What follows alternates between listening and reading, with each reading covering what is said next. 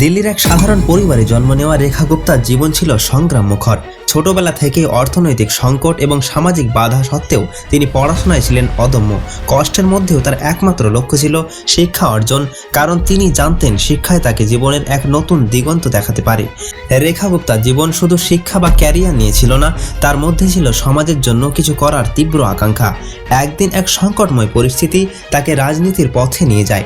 সমাজে অবহেলিত মানুষের দুর্দশা দেখে রেখা সিদ্ধান্ত নেন তিনি কিছু পরিবর্তন আনবেন।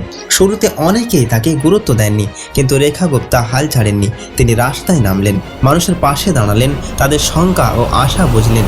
তিনি সমাজ সেবায় জড়িয়ে পড়লেন, বিশেষ করে শিক্ষা এবং স্বাস্থ্য খাতে কাজ শুরু করলেন। তার সংগ্রাম শুধু শ্লাঘার নয়, বরং সাহসিকতারও এক অমূল্য উদাহরণ হয়ে উঠল। রাজনৈতিক জীবনে প্রথম পদক্ষেপে রেখা গুপ্তা দিল্লির বিভিন্ন অঞ্চলে অবকাঠামোগত উন্নয়ন, বিদ্যুৎ ও পানির সরবরাহ বৃদ্ধি, শহরের রাস্তাঘাট উন্নত করা সবই ছিল তার লক্ষ্য। রেখার উদ্দেশ্য ছিল শুধু শাসন করা নয়, মানুষের জীবনযাত্রার মান উন্নয়ন করা।